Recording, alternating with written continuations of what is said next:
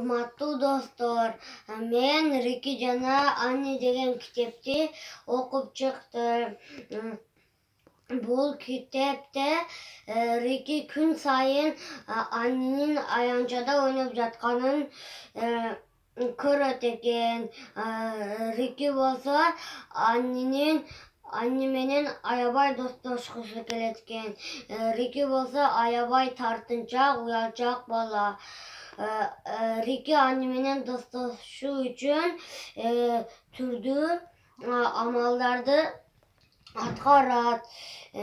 Ошентип күндөрдүн биринде достошот экен.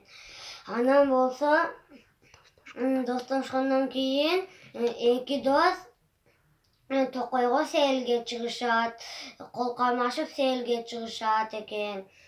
Мына ушундай Рики жана Анни деген китепти силер да окугула. Мен дагы китепканадан алып, ушундай кызыктуу китептерди мен дагы окуйм.